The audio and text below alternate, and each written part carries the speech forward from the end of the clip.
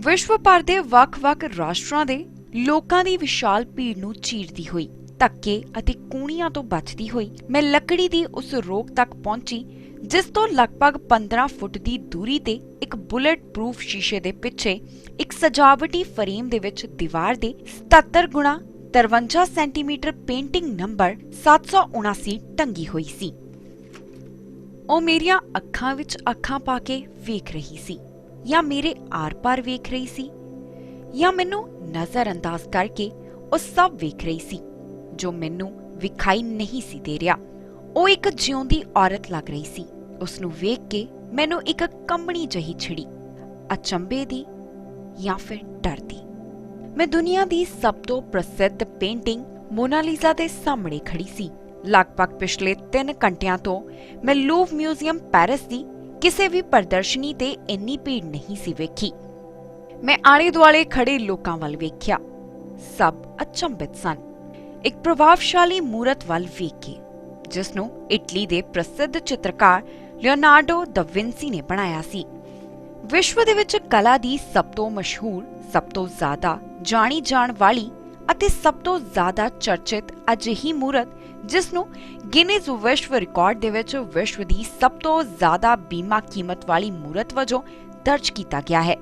Louvre museum ਨੇ 1962 ਵਿੱਚ ਇਸ ਦੇ ਲਈ $10 ਕਰੋੜ ਜਾਣੀ ਕਿ 500 ਕਰੋੜ ਰੁਪਏ ਦੀ ਬੀਮਾ ਪਾਲਿਸੀ ਖਰੀਦੀ ਸੀ, ਜਿਸ ਦੇ ਨਾਲ ਇਸ ਪੇਂਟਿੰਗ ਦੀ ਅੱਜ ਦੀ ਕੀਮਤ ਲਗਭਗ $80 ਕਰੋੜ ਜਾਣੀ ਕਿ 4000 ਕਰੋੜ ਰੁਪਏ ਹੋ ਗਈ ਹੈ। ਇਹ ਕੀਮਤ ਇੱਕ ਅਜਿਹੀ ਦਿਲਕਸ਼ ਔਰਤ ਦੀ ਮੂਰਤ ਦੀ ਹੈ ਜੋ ਇੱਕ ਕੁਰਸੀ ਤੇ ਬੈਠੀ ਹੈ। ਉਸ ਦੀਆਂ ਬਾਹਾਂ ਕੁਰਸੀ ਦੀਆਂ ਬਾਹਾਂ ਤੇ ਰੱਖੀਆਂ ਹੋਈਆਂ ਹਨ ਅਤੇ ਉਸ ਦੇ ਹੱਥ ਇੱਕ ਦੂਸਰੇ ਉੱਪਰ ਉਸ ਦੇ ਸਾਹਮਣੇ ਇੱਕ ਵੱਖਰੇ ਜਿਹੇ ਅੰਦਾਜ਼ ਦੇ ਵਿੱਚ ਇਸ ਤਰ੍ਹਾਂ ਰੱਖੇ ਹਨ ਜਿਵੇਂ ਉਹ ਆਪਣੇ ਗਰਵ ਨੂੰ ਲੋਕਾਂ ਦੀਆਂ ਨਜ਼ਰਾਂ ਤੋਂ ਲੁਕਾ ਰਹੀ ਹੋਵੇ। ਉਸ ਦੀ ਨਜ਼ਰ ਅਚੰਭਿਤ ਕਰਨ ਵਾਲੀ ਹੈ ਤੇ ਮੁਸਕਰਾਹਟ ਵਿਲੱਖਣ ਹੈ। ਉਸ ਪੇਂਟਿੰਗ ਦੇ ਚਿਹਰੇ, ਗਰਦਨ ਅਤੇ ਹੱਥਾਂ ਤੇ ਰੌਸ਼ਨੀ ਪੈਂਦੀ ਹੈ। ਉਸ ਦੇ ਕਾਲੇ ਵਾਲਾਂ ਦੀਆਂ ਲਟਾਂ ਉਸ ਦੇ ਮੋਢਿਆਂ ਨੂੰ ਛੂੰਹਦੀਆਂ ਹਨ, ਪਰੰਤੂ ਉਸ ਦੀਆਂ ਅੱਖਾਂ ਪਰਵੱਟਿਆਂ ਤੇ ਪਲਕਾਂ ਤੋਂ ਬਿਨਾਂ ਹਨ। ਇਵੇਂ ਲੱਗਦਾ ਹੈ ਜਿਵੇਂ ਉਸ ਦੀ ਮੁਸਕਰਾਹਟ ਨੇ ਆਪਣੇ ਅੰਦਰ ਕਈ ਵਿਸ਼ਾਲ ਭੇਦ ਛੁਪਾਏ ਹੋਣ। ਉਸ ਦੇ ਪਿੱਛੇ ਵਿਸ਼ਾਲ ਮਨਮੋਹਕ ਉੱਚੀਆਂ ਨੀਵੀਆਂ ਪਹਾੜੀਆਂ, ਘਾਟੀਆਂ, ਦਰਿਆ, ਉੱਬੜ-ਖਾਬੜ ਰਸਤੇ ਅਤੇ ਦੂਰ ਦਰਾਡੇ ਦੇ ਪੁਲ ਵਿਖਾਈ ਦਿੰਦੇ ਹਨ। ਲਿਓਨਾਰਡੋ ਨੇ ਸ਼ਾਨਦਾਰ ਫਿੱਕੇ ਤੇ ਗੂੜੇ ਰੰਗਾਂ, ਦਿਲਕਸ਼ ਰੌਸ਼ਨੀਆਂ ਤੇ ਪ੍ਰਤੀਬਿੰਬਾਂ ਦੀ ਵਰਤੋਂ ਕੀਤੀ ਹੈ। ਮੋਨਾਲੀਜ਼ਾ ਲੱਕੜ ਤੇ ਬਣੀ ਹੋਈ ਇੱਕ ਆਇਲ ਪੇਂਟਿੰਗ ਹੈ ਜਿਸ ਨੂੰ ਦੁਨੀਆ ਦੀ ਸਭ ਤੋਂ ਦਿਲਕਸ਼ ਪੇਂਟਿੰਗ ਮੰਨਿਆ ਜਾਂਦਾ ਹੈ। ਇਹ ਇੱਕ ਇੰਨੀ ਕੀਮਤੀ ਪੇਂਟਿੰਗ ਹੈ ਜਿਸ ਦਾ ਦੁਨੀਆ ਵਿੱਚ ਕੋਈ ਮੁੱਲ ਨਹੀਂ। ਇੱਕ ਅਜਿਹੀ ਪੇਂਟਿੰਗ ਜਿਸ ਦੀ ਖੂਬਸੂਰਤੀ ਦਾ ਰਾਜ਼ ਪਿਛਲੇ 500 ਸਾਲਾਂ ਤੋਂ ਮਨੁੱਖ ਦੀ ਕਲਪਨਾ ਤੋਂ ਪਰੇ ਹੈ। ਅਜਿਹੀ ਦਿਲਕਸ਼ ਮੁਸਕਰਾਹਟ ਵਾਲੀ ਮੋਨਾਲੀਜ਼ਾ ਇਵੇਂ ਪ੍ਰਤੀਤ ਹੁੰਦੀ ਹੈ ਜਿਵੇਂ ਉਹ ਕਹਿੰਦੀ ਹੋਵੇ ਕਿ ਮੈਂ ਤੁਹਾਡੇ ਬਾਰੇ ਸਭ ਕੁਝ ਜਾਣਦੀ ਹਾਂ। ਇਹ ਕੋਈ ਨਹੀਂ ਜਾਣਦਾ ਕਿ ਪੇਂਟਿੰਗ ਵਿਚਲੀ ਔਰਤ ਕੌਣ ਸੀ। ਕਈ ਲੋਕ ਅਨੁਮਾਨ ਲਗਾਉਂਦੇ ਹਨ ਕਿ ਉਹ ਵਿੰਸੀ ਦੀ ਮਾਤਾ ਸੀ, ਉਸ ਦੀ ਪ੍ਰੇਮਿਕਾ ਸੀ ਜਾਂ ਫਿਰ ਉਸ ਦੀ ਕਲਪਨਾ ਸੀ। ਇਹ ਰਾਜ਼ ਵਿੰਸੀ ਦੇ ਨਾਲ ਹੀ ਦਫਨ ਹੋ ਗਿਆ। ਪਰੰਤੂ ਸਭ ਤੋਂ ਵੱਧ ਪ੍ਰਚਲਿਤ ਅਨੁਮਾਨ ਇਹ ਹੈ ਕਿ ਇਹ ਮੂਰਤ ਲੀਜ਼ਾ ਦੀ ਗਿਓਕੋਂਡਾ ਦੀ ਹੈ, ਜੋ ਕਿ ਇਟਲੀ ਦੇ ਇੱਕ ਸ਼ਹਿਰ ਫਲੋਰੈਂਸ ਵਿੱਚ ਰੇਸ਼ਮ ਦੇ ਕੱਪੜਿਆਂ ਦੇ ਇੱਕ ਵਪਾਰੀ ਦੀ ਪਤਨੀ ਸੀ। ਮੋਨਾ ਸ਼ਬਦ ਇਟਲੀ ਦੀ ਭਾਸ਼ਾ ਦੇ ਵਿੱਚ ਇੱਕ ਔਰਤ ਨੂੰ ਨਿਮਰਤਾ ਦੇ ਨਾਲ ਸੰਬੋਧਨ ਕਰਨ ਦੇ ਲਈ ਵਰਤਿਆ ਜਾਂਦਾ ਹੈ ਅਤੇ ਲੀਜ਼ਾ ਉਸ ਦੇ ਅਸਲ ਨਾਮ ਵਿੱਚੋਂ ਲਿਆ ਗਿਆ ਹੈ। ਲਿਓਨਾਰਡੋ ਵਿੰਸੀ ਨੇ ਮੋਨਾਲੀਜ਼ਾ 1503 ਤੋਂ 1504 ਦੇ ਵਿੱਚ ਪੇਂਟ ਕਰਨੀ ਸ਼ੁਰੂ ਕੀਤੀ ਅਤੇ 1516 ਦੇ ਵਿੱਚ ਲਿਓਨਾਰਡੋ ਫਰਾਂਸ ਦੇ ਰਾਜਾ ਫਰਾਂਸਿਸ ਇੱਕ ਵੱਲੋਂ ਉਸ ਦੇ ਮਹਿਲ ਵਿੱਚ ਕੰਮ ਕਰਨ ਲਈ ਬੁਲਾਇਆ ਗਿਆ। ਇਹ ਅਨੁਮਾਨ ਲਗਾਇਆ ਜਾਂਦਾ ਹੈ ਕਿ ਲਿਓਨਾਰਡੋ ਇਸ ਪੇਂਟਿੰਗ ਨੂੰ ਆਪਣੇ ਨਾਲ ਹੀ ਫਰਾਂਸ ਲੈ ਗਿਆ ਅਤੇ 1517 ਤੱਕ ਉਸ ਤੇ ਕੰਮ ਕਰਦਾ ਰਿਹਾ।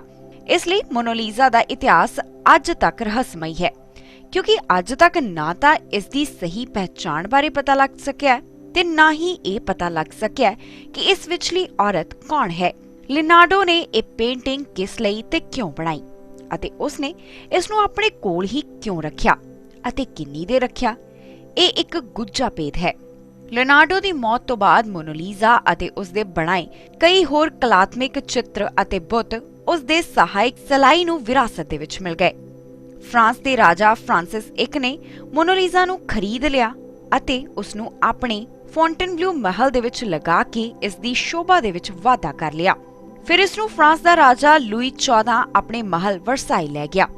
ਇਸ ਤੋਂ ਬਾਅਦ ਇਹ ਫਰਾਂਸ ਦੇ ਮਸ਼ਹੂਰ ਰਾਜੇ ਨੈਪੋਲੀਅਨ ਦੇ ਨਿੱਜੀ ਕਮਰੇ ਦੀ ਦੀਵਾਰ ਤੇ ਸੁਸ਼ੋਭਿਤ ਰਹੀ। 1797 ਤੋਂ ਮੋਨਾਲੀਜ਼ਾ ਪੈਰਿਸ ਦੇ ਲੂਵਰ ਮਿਊਜ਼ੀਅਮ ਦੀ ਸ਼ਾਨ ਬਣ ਗਈ। 1911 ਦੇ ਵਿੱਚ ਮੋਨਾਲੀਜ਼ਾ ਨੂੰ ਲੂਵਰ ਤੋਂ ਚੁਰਾ ਲਿਆ ਗਿਆ। ਫਰਾਂਸ ਦੇ ਉੱਚ ਕੋਟੀ ਦੇ ਕਵੀ ਗਾਇਲੋਮੇ ਓਪਲੇਨੀਅਰ ਅਤੇ ਵਿਸ਼ਵ ਪ੍ਰਸਿੱਧ ਕਲਾਕਾਰ ਅਤੇ ਪੇਂਟਰ ਪਾਬਲੋ ਪਿਕਾਸੋ ਤੇ ਇਸ ਨੂੰ ਚੋਰੀ ਕਰਨ ਦਾ ਸ਼ੱਕ ਕੀਤਾ ਗਿਆ, ਪਰੰਤੂ ਅਸਲ ਦੇ ਵਿੱਚ ਮੋਨਾਲੀਜ਼ਾ ਨੂੰ ਲੂਵਰ ਅਜਾਇਬ ਘਰ ਦੇ ਇੱਕ ਮੁਲਾਜ਼ਮ ਨੇ ਹੀ ਚੋਰੀ ਕੀਤਾ ਸੀ, ਜੋ ਕਿ 2 ਸਾਲ ਬਾਅਦ ਉਸ ਸਮੇਂ ਫੜਿਆ ਗਿਆ ਜਦੋਂ ਉਹ ਇਸ ਨੂੰ ਇਟਲੀ ਦੀ ਇੱਕ ਆਰਟ ਗੈਲਰੀ ਨੂੰ ਵੇਚਣ ਲੱਗਾ ਸੀ। ਮੋਨਾਲੀਜ਼ਾ ਤੇ ਕਈ ਵਾਰ ਹਮਲੇ ਕੀਤੇ ਗਏ। ਪਹਿਲਾਂ ਤਾਂ ਇਸ ਉੱਪਰ ਕਿਸੇ ਸਿਰਫਿਰੇ ਨੇ ਤੇਜ਼ਾਬ ਪਾ ਕੇ ਇਸ ਨੂੰ ਨੁਕਸਾਨ ਪਹੁੰਚਾਇਆ ਤੇ ਉਸ ਤੋਂ ਬਾਅਦ ਉਸੇ ਸਾਲ ਦੌਰਾਨ ਕਿਸੇ ਹੋਰ ਨੇ ਇਸ ਉੱਪਰ ਪੱਥਰ ਵਗਾ ਕੇ ਮਾਰਿਆ, ਪਰ ਫਿਰ ਇਸ ਦੀ ਪੁਨਰ ਸਥਾਪਨਾ ਕਰਕੇ ਇਸ ਦੇ ਅੱਗੇ ਇੱਕ ਬੁਲੇਟ ਪ੍ਰੂਫ ਕੱਚ ਦਾ ਸ਼ੀਸ਼ਾ ਲਗਾ ਦਿੱਤਾ ਗਿਆ। ਇਸ ਸਮੇਂ ਇਸ ਪੇਂਟਿੰਗ ਨੂੰ ਵਾਤਾਵਰਣਿਕ ਤੌਰ ਤੇ ਸੰਤੁਲਿਤ ਕਰਕੇ ਰੱਖਿਆ ਗਿਆ ਹੈ, ਜਿਸ ਦਾ ਤਾਪਮਾਨ 18 ਤੋਂ 20 ਸੈਲਸੀਅਸ ਦੇ ਵਿੱਚ ਹੀ ਸਥਿਰ ਹੈ। ਇਸ ਪੇਂਟਿੰਗ ਨੂੰ ਇੱਕ ਵਿਸ਼ੇਸ਼ LED ਲੈਂਪ ਦੇ ਨਾਲ ਪ੍ਰਕਾਸ਼ਮਾਨ ਕੀਤਾ ਗਿਆ ਹੈ, ਜੋ ਕਿ ਇਸ ਦੇ ਲਈ ਖਾਸ ਤੌਰ ਤੇ ਬਣਾਇਆ ਗਿਆ ਹੈ। ਇਸ ਲੈਂਪ ਦੀ ਖਾਸੀਅਤ ਇਹ ਹੈ ਕਿ ਇਹ ਇਸ ਨੂੰ ਇਨਫਰਾਰੈਡ ਅਤੇ ਅਲਟਰਾ ਵਾਇਲੈਂਟ ਤਰੰਗਾਂ ਤੋਂ ਬਚਾਈ ਰੱਖਦਾ ਹੈ। ਲਿਓਨਾਰਡੋ ਵਿੰਸੀ ਕੇਵਲ ਇੱਕ ਚਿੱਤਰਕਾਰ ਅਤੇ ਬੁੱਤਕਾਰ ਹੀ ਨਹੀਂ ਸੀ, ਬਲਕਿ ਇੱਕ ਵਿਗਿਆਨੀ, ਗਣਿਤ ਸ਼ਾਸਤਰੀ, ਪੁਲਾੜ ਵਿਗਿਆਨੀ, ਭੂ ਵਿਗਿਆਨੀ, ਅੰਗ ਵਿਗਿਆਨੀ ਵੀ ਸੀ।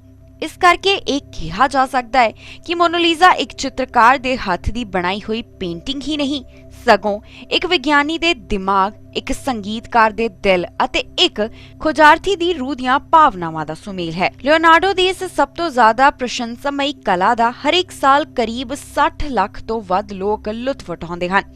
ਇਸ ਮੂਰਤ ਦੀ ਸਭ ਤੋਂ ਡੂੰਘੀ ਅਤੇ ਸ਼ਕਤੀਸ਼ਾਲੀ ਖਾਸੀਅਤ ਹੈ ਇਸ ਦੇ ਵਿੱਚ ਗੁੱਝੀ ਸੁੰਦਰਤਾ, ਭਾਵੁਕਤਾ ਅਤੇ ਸੰਤੁਲਨ ਦਾ ਸੁਮੇਲ। ਇਸ ਮੂਰਤ ਦੇ ਵਿੱਚ ਲਿਓਨਾਰਡੋ ਨੇ ਆਪਣੇ ਸਮੁੱਚੇ ਜੀਵਨ ਦਾ ਸਹਿਜ ਭਰਿਆ ਹੈ। ਲਿਓਨਾਰਡੋ ਇਸ ਰਹੱਸ ਦੀ ਅਸਲੀਅਤ ਜਾਣਨ ਦੇ ਲਈ ਚੇਤਾਵਨੀ ਦਿੰਦਾ ਹੈ ਕਿ ਉਹ ਇਸ ਦੀ ਇਸ ਪਹੇਲੀ ਦਾ ਰਾਜ਼ ਉਸ ਦੀ ਮੋਨਾਲੀਜ਼ਾ ਦੀਆਂ ਅੱਖਾਂ ਅਤੇ ਮੁਸਕਰਾਹਟ ਵਿੱਚ ਛੁਪਿਆ ਹੋਇਆ ਹੈ।